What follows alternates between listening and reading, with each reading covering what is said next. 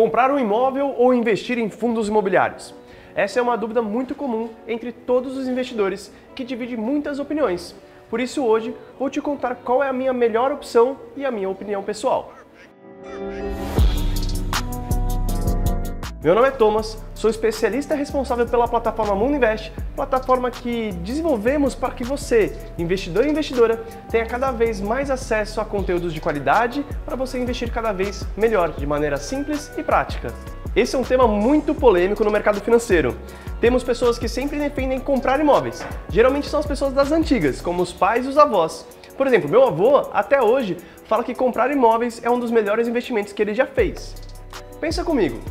Errado ele não tá, mas temos que entender o passado dele para entender por que ele acha que investir em imóveis é de fato muito melhor do que qualquer outro tipo de investimento. Meu avô, por exemplo, passou por apenas 9 mudanças de moedas no Brasil. Exatamente isso, 9 vezes que o governo brasileiro mudou de moeda. Eu que sou nascido em 92, apenas peguei uma pequena mudança lá em 93, 94, eu nem me lembro direito disso. Agora imagina meu avô que viveu 9 mudanças. Para a gente entender um pouco melhor do cenário que meu avô viveu, eu trouxe aqui um pouquinho da história da moeda brasileira para a gente entender esses cenários. De 42 a 67, a gente tinha um cruzeiro. E aí, em 67, mudamos para o cruzeiro novo, numa proporção de 1000 para 1. Depois, em 70, mudamos do cruzeiro novo e voltamos para o cruzeiro numa proporção 1 para 1. Depois evoluímos aqui, em 86, para o cruzado, numa proporção de 1000 para 1. Isso por conta da hiperinflação. E depois, em 89, 3 anos depois, a gente mudou para o cruzado novo, numa proporção de 1000 para 1 de novo. Depois, lá em 1990, um ano depois, a gente voltou para o cruzeiro na proporção 1 para 1. E em 93, a gente mudou para o cruzeiro real, de uma proporção de novo de 1000 para 1. E em 94, a gente está até hoje com um plano real e a conversão dessa época foi de 2.750 para 1. Ou seja, o que isso significa? Quer dizer que o dinheiro ele foi cortando os seus zeros por conta da hiperinflação. Antes você tinha 10 milhões, 100 milhões de cruzeiros antigos, né, bem lá em 42, 67, e hoje você não teria quase R$1. Então isso é um dos motivos por que os investimentos imobiliários, né, os imóveis, eram tão atrativos para as pessoas das antigas que nem meu avô, porque ele geralmente rendia em cima dessa valorização de troca de moedas também. Isso foi realmente uma bagunça econômica e teve seus desdobramentos por diversos motivos.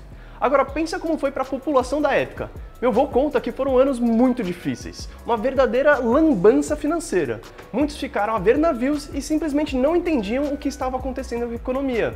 E quem era o culpado dessa desordem como um todo? Bem, tudo começou justamente pela falta de um planejamento e controle monetário do próprio governo, fazendo com que o país passasse por diversas décadas de hiperinflação. E se você acha que a inflação de hoje é complicada, com 10% ao ano, olha a loucura que é uma hiperinflação. As pessoas, assim que recebiam seus salários, corriam para os mercados para fazer as compras do mês, pois de um dia para o outro os preços podiam aumentar quase que 100%. Imagina que você quer ir comprar uma pipoca para ver um filme em casa. Hoje ela está R$2 no mercado. Aí você vacila, vai amanhã no mercado e ela já está R$4.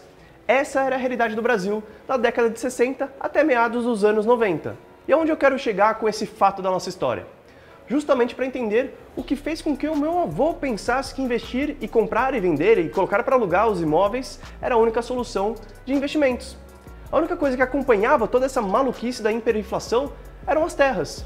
E, falando de investimentos, o mercado financeiro nessa época ele estava engatinhando ainda. E o acesso era apenas para os milionários, os muito ricos, fazendo dos imóveis a principal alternativa para muitos brasileiros. E se você achou interessante essa história do papel moeda brasileiro, não esqueça de deixar seu like aqui no canal. Agora vamos falar da nossa atualidade. Hoje, com uma moeda muito mais estável, há quase 30 anos no mercado, né, o real, e com um mercado financeiro muito mais consolidado do que antigamente, nós temos uma outra opção para investir e receber dinheiro mensalmente com os aluguéis, que são os fundos imobiliários. Os fundos imobiliários nada mais são do que um grupo de investidores que se juntam e deixam seus recursos financeiros na mão de uma gestora, que é composta por profissionais do mercado financeiro, e eles fazem a gestão de recursos com investimentos especificamente no ramo imobiliário. E da mesma maneira que você recebe os aluguéis dos seus imóveis, os fundos imobiliários também pagam os proventos mensalmente direto na sua conta de investimento. Só para recapitular, hoje temos os fundos de tijolo, que são investimentos diretamente relacionados a imóveis construídos. Os fundos de papéis, que são investimentos em títulos ou papéis relacionais ao mercado imobiliário, e também os híbridos, que mesclam esses dois setores, essas duas classes. Se você quer entender um pouco mais sobre os fundos imobiliários de fato, tem outro vídeo no canal que eu explico todos os detalhes de fato de como você pode analisar e investir em fundos imobiliários. Vou deixar no final desse vídeo o link para você poder acessar e aprender a como montar uma carteira de fundos imobiliários de fato na prática. E você deve estar se perguntando, quais são as vantagens e desvantagens de se investir em imóveis? Vamos às vantagens. Ao investir em um imóvel, você tem algo que é físico, ou seja, você também pode aproveitar. Para aqueles que sonham em ter uma segunda casa, seja na praia ou no campo, isso é muito vantajoso. Complementando, o valor dos imóveis tende a sempre serem ajustados à inflação, como a gente viu no esquema lá do papel moeda, o que é algo muito positivo. Por fim, temos o potencial de valorização. Caso você compre um imóvel em uma localização X, que pode ter grande chance de valorizar, de acordo com o desenvolvimento da área, maiores investimentos no bairro ou até mesmo um novo metrô na porta da sua casa. E as desvantagens? Sabemos que um imóvel pode trazer grandes dores de cabeça. Se você quiser alugar, por exemplo, poderá ter problemas com os inquilinos, que podem atrasar os pagamentos, depredar o imóvel, sem contar as questões burocráticas do contrato. Além disso, os rendimentos provenientes de um aluguel de imóveis são tributados no seu imposto de renda. E caso você venha a vender o seu imóvel, também o lucro será auferido para imposto de renda. Isso sem falar que você vai ter que ter seguro contra incêndio, outros diversos seguros, além de ter que se preocupar com a escrituração, a autorização do município e vários outros impostos e outras coisas chatas de maneira geral. Possuir imóvel também é preciso ter muito dinheiro. E saiba que caso você precise desse dinheiro depois de ter comprado o imóvel, você vai demorar muito para conseguir esse dinheiro de volta, porque você vai ter que vender o seu imóvel. E aí você vai ter que contratar um corretor para fazer essa venda, achar um comprador, e esse ciclo geralmente demora de 2 a 3 meses, no melhor dos cenários. Ou seja, se você tiver necessidade desse dinheiro de uma maneira antecipada, você está de fato imobilizando o seu capital, deixando de ter liquidez na sua carteira de investimentos. Beleza, falamos dos imóveis, agora vamos falar um pouco sobre os fundos imobiliários. Os fundos imobiliários, ou os famosos FIIs, são uma ótima opção para quem tem o desejo de ter rendimentos mensais. E o melhor de tudo, são isentos de imposto de renda.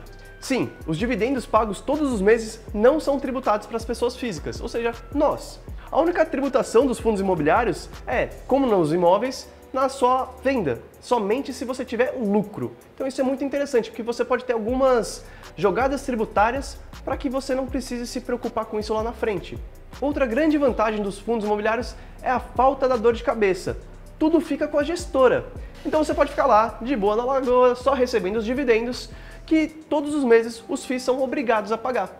Uma outra grande vantagem dos fundos imobiliários é o quanto eles pagam por mês, que hoje gera em torno de 1% ao mês líquido de imposto de renda, ou seja, diretamente na sua conta, sem nenhuma tributação.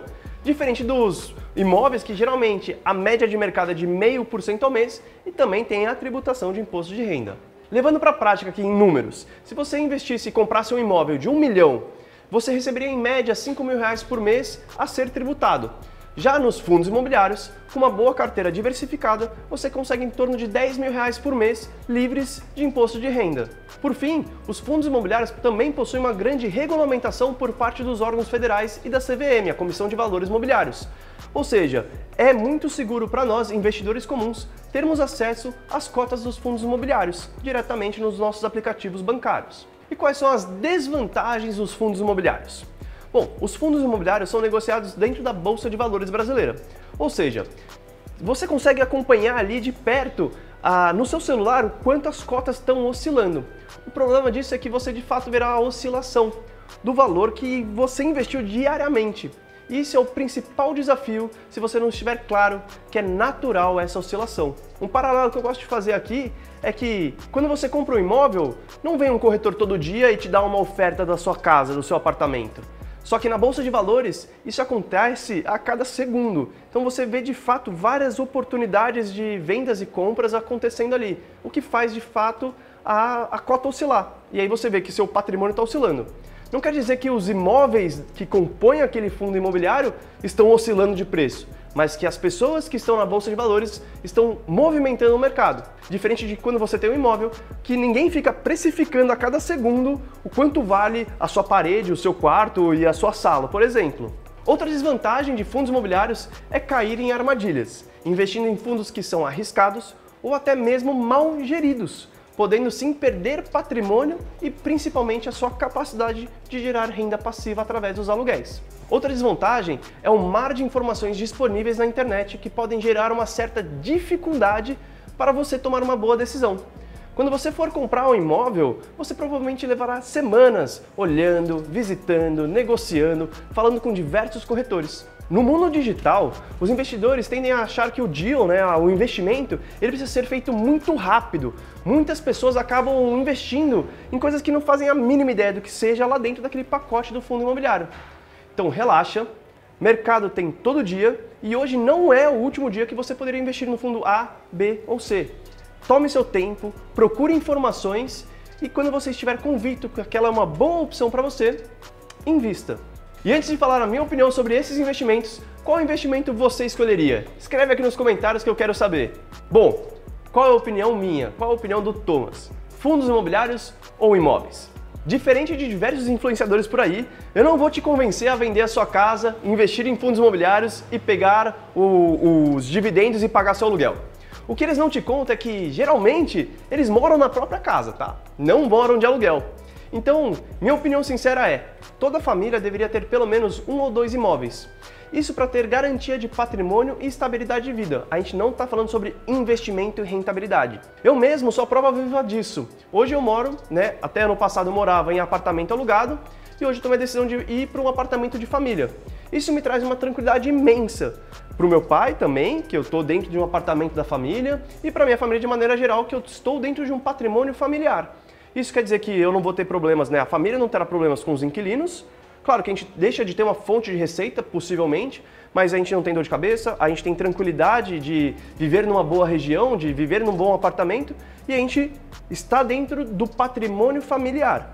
Agora, uma vez que você tem um mínimo de estabilidade domiciliar, está tranquilo em relação a isso e está mirando de fato em investir no ramo imobiliário, eu altamente recomendo que você migre para os fundos imobiliários. E por que os fundos imobiliários? Bom, para você comprar um imóvel, você tem que analisar qual o melhor momento da economia, se a região que você está comprando é uma boa ou não é, se existe um certo tipo de sazonalidade na região, os indicadores dessa região, os planos diretores do governo. Isso é literalmente um caos na terra de achar todas essas informações. E você tem que, se você quiser tomar uma boa decisão, você tem que viver literalmente disso, porque consome muito tempo.